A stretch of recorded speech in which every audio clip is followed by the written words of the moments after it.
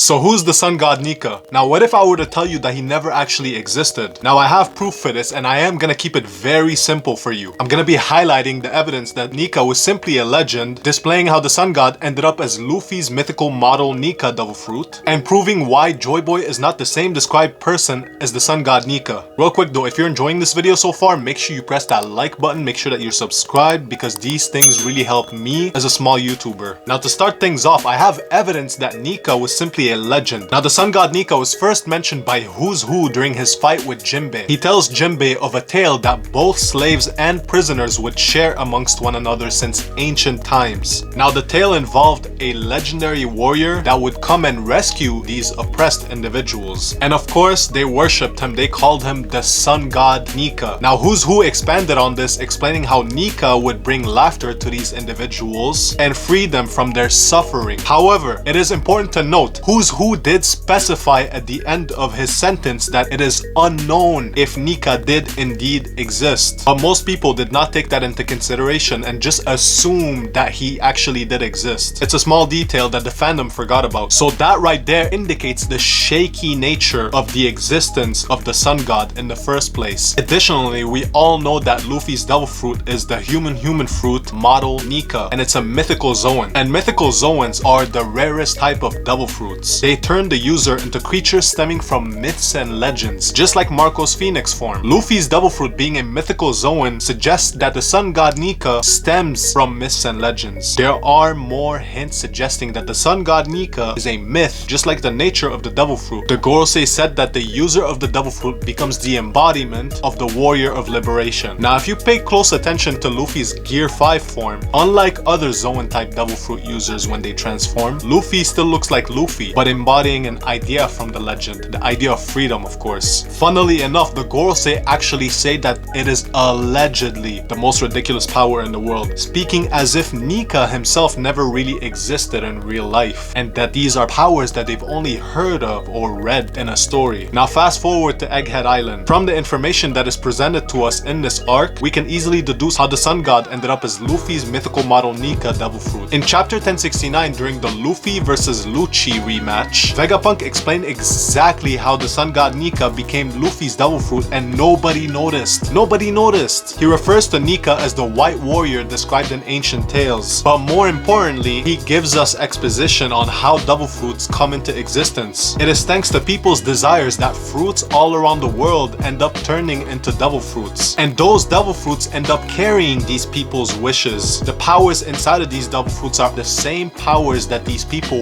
wished for as abilities or evolutions. That means back in the past, somebody wanted the ability to come back from the dead, and so one day those wishes ended up turning into a devil fruit, the same devil fruit that Brook ate. Now if you take all of the evidence into consideration, this means that the sun god Nika, also known as the white warrior, was most likely a fictional god that somebody created in order to give hope to the oppressed. And because so many slaves desired for him to come and rescue them, the warrior of liberation then turned into a devil fruit of its own, the mythical model Nika devil fruit that Luffy ended up eating as a child. Now I know what you're thinking. Nika existed because we have proof of Joyboy through the letter in Fishman Island as well as the One Piece, the treasure that he left behind. Don't worry, I have a very simple answer for that. Saying Nika didn't exist is not the same thing as saying that Joyboy did not exist. I believe that Joyboy was a real person from back in the Void Century who ate the mythical model Nika Zoan devil fruit. That would explain how the sun god Nika became a devil fruit while maintaining that Joyboy has been proven to exist.